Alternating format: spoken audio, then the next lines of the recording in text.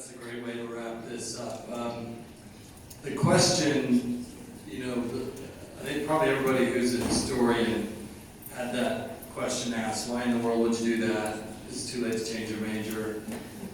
That sort of thing.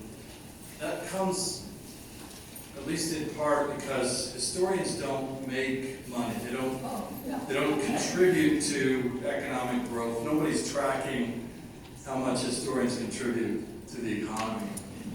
So, in that sense, whoever's paying historians, right, that money's coming from somewhere else, some sort of productive sector of the economy. And that can give us the impression that it's not worth anything. And I hope today has been just one more reminder that that's just not the case.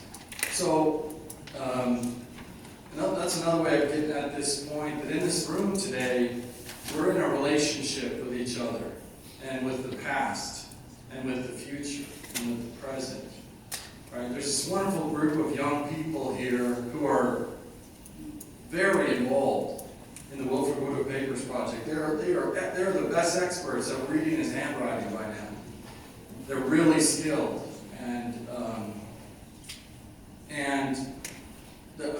I'll say this by telling you about a sign I saw in the library on campus here a year or two ago. It said, "I want to make beautiful things even if nobody cares." That's what it feels like sometimes to be a historian.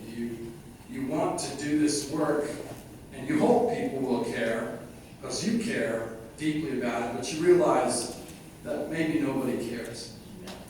This room shows that people care about this sacred past that Wilfred Woodruff cared so much about, and so many others, right? This house full of females, the Ward House, they cared too, deeply. They got indignant about it in 1870.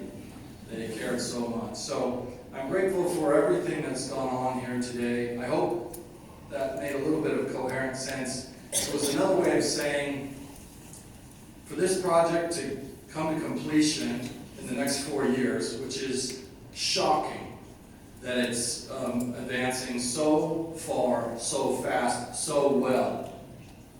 Right, for that to happen, it'll take a few more $1 million to get it to the end of the road.